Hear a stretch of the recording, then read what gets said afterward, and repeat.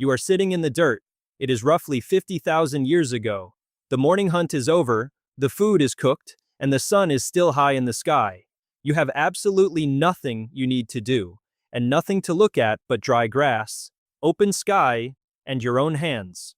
Today, you have more ways to kill boredom than any human who has ever lived.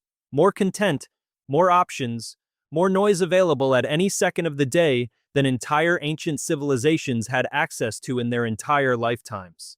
And yet here you are, restless. That low, uncomfortable hum sitting in your chest, the feeling that something should be happening and nothing is. That feeling is not a modern problem. That exact hum, that specific restlessness, your ancestors felt it too, every single day, for hundreds of thousands of years. And what they did when that boredom hit them didn't just pass the time, it built the world you're living in right now. For a long time, scientists assumed prehistoric life left absolutely no room for boredom. The popular assumption was simple. Every waking hour had to be dedicated to brutal survival. Hunt, forage, build shelter, sleep, repeat. Downtime was a luxury evolution couldn't afford. That assumption completely collapsed under the weight of actual evidence. In the 1960s, anthropologist Richard Lee traveled to the Kalahari Desert to study the Yuhuanzi people, one of the last groups on Earth still living close to the original hunter-gatherer pattern. He didn't just watch them, he painstakingly timed everything, recorded every activity, every hour, every task. Then he did the math.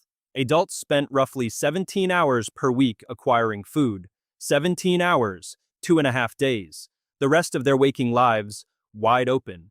And this held everywhere researchers looked.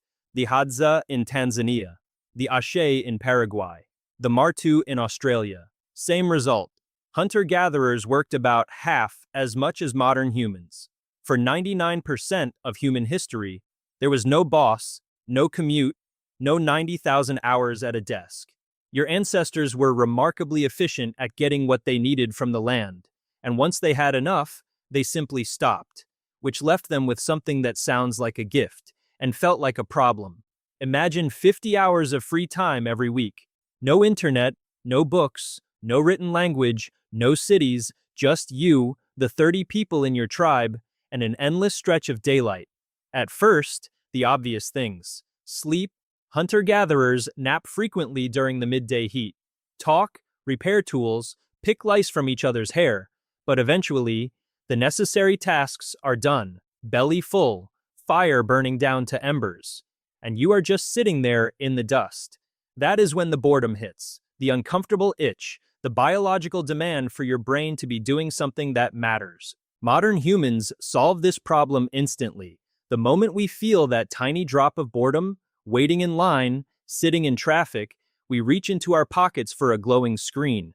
We flood our brains with immediate stimulation to wash the emptiness away.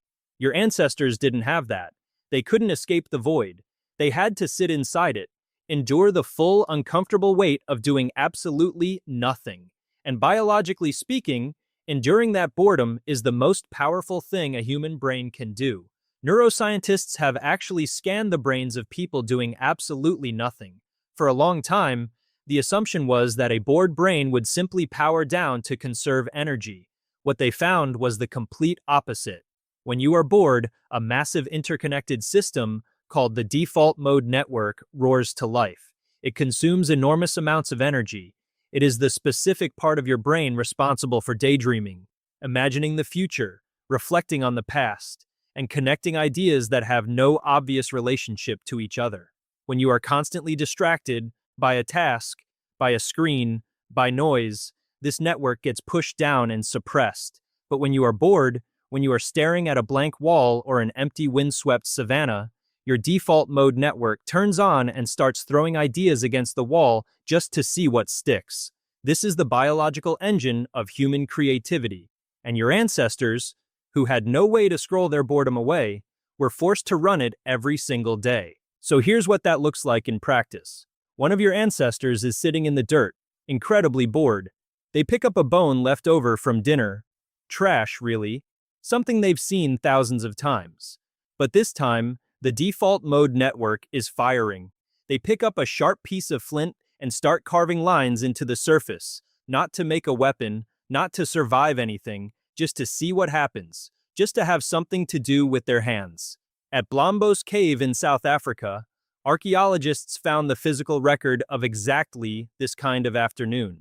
75,000 years ago, someone drilled tiny holes through seashells and strung them together.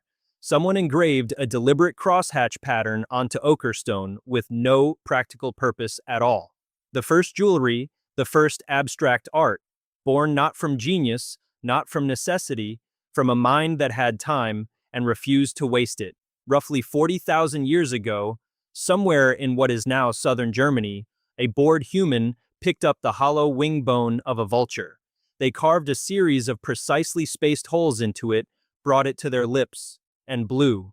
Sound echoed off the cave walls. They invented the flute not to survive an ice age, because the silence was too heavy.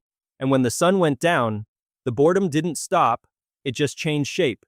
They sat around the fire. Apex predators with glowing yellow eyes waited just past the edge of the light, so they weren't going anywhere. They stared into the flames, and someone started talking. They looked up at the Milky Way and made up a story about a great hunter in the sky. They told stories about animals that could speak, about spirits living in the wind, about where thunder came from and what it wanted. This wasn't just killing time, this was the invention of mythology. Storytelling became the invisible architecture that allowed human beings to trust strangers, build massive societies, and spread across an entire planet. But here's the part that nobody tells you, and it changes the picture completely. Boredom did not only produce beautiful things. Psychologist John Eastwood at York University has spent years studying what boredom does when it deepens, when the brain demands stimulation and cannot find anything meaningful to aim at. His conclusion is uncomfortable. Boredom is not simply having nothing to do, it is the feeling of being unable to find anything worth doing. And when that state persists, the brain does not wait patiently. It finds stimulation wherever it can. Archaeological and anthropological records show that raiding activity between groups spiked during periods of low demand, after successful hunts, during seasons of surplus, when the immediate pressure of survival had lifted. Conflict didn't only emerge from desperation and scarcity, it emerged from idleness, from a brain that needed to be doing something and ran out of better options. The same default mode network, the same restless energy, a different direction. This matters because it tells you what boredom actually is. Not a gentle nudge toward creativity, a powerful, pressurized force that will find somewhere to go, whether you direct it consciously or not. The person who invented the flute and the person who organized the raid were running the same biological hardware. The difference was not intelligence or temperament, it was what they aimed the energy at. Boredom is neutral, the way fire is neutral. It builds and it destroys, and the outcome depends entirely on where you point it. The ancient humans who aimed it best were the ones who put it on walls. In 1940, 4 teenagers in southern France followed their dog into a hole in the ground near the village of Montignac. What they found inside has never been fully explained. The caves of Lascaux, over 600 images covering the walls, horses, aurochs, bears, rhinoceroses, a strange bird-headed human figure, created 17,000 years ago, deep underground, reachable only through passages so narrow that getting through them requires pressing flat and exhaling fully. What stopped experts wasn't that the paintings existed, it was how extraordinary they were. Perspective. Overlapping figures to suggest depth. Shading that gives animals the impression of weight and volume. And sequences showing the same animal in multiple overlapping positions. An unmistakable attempt to capture movement, to freeze motion on a static wall. In 2012, researcher Mark Azema tested what these images looked like under the actual conditions in which they were made. The flickering, unstable light of a small animal fat lamp. In that light, the images animate. Legs appear to cycle. Animals appear to run across the stone. Whoever painted Lascaux understood animation. 17,000 years before any technology existed to do anything else with that understanding. Getting there cost everything. Cold, suffocating tunnels, smoke from lamps in enclosed spaces, pigments ground by hand and mixed with animal fat. Hours of precise work in near total darkness, across many visits, over a long stretch of time. None of it fed anyone, none of it built shelter, none of it had a single practical survival function. These were people who had time, felt the pressure of the restless mind, and pointed it at something that would last 17,000 years.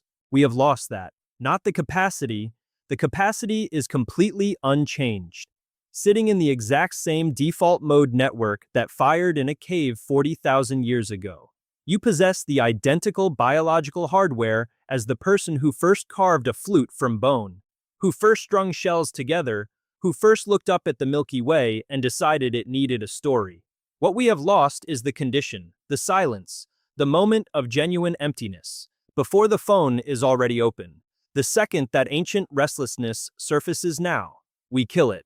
We reach for the screen. We flood the void with someone else's content before our own default mode network ever gets the chance to fire. And it does go quiet. But so does everything that might have come from it. Your ancestors didn't have a billion-dollar algorithm designed to fill every silence before it could become something. So instead, they aimed the restlessness somewhere. At shells, at bone, at cave walls, at each other in the dark, telling stories that slowly hardened into the foundations of everything humans have ever believed. The mind with nothing it has to do, combined with an absolute refusal to accept that as a reason to do nothing. That is the most powerful force in the entire history of our species. That refusal is still in you, running right now, quietly, underneath all the noise. Your ancestors had no choice but to let it run. You have to choose.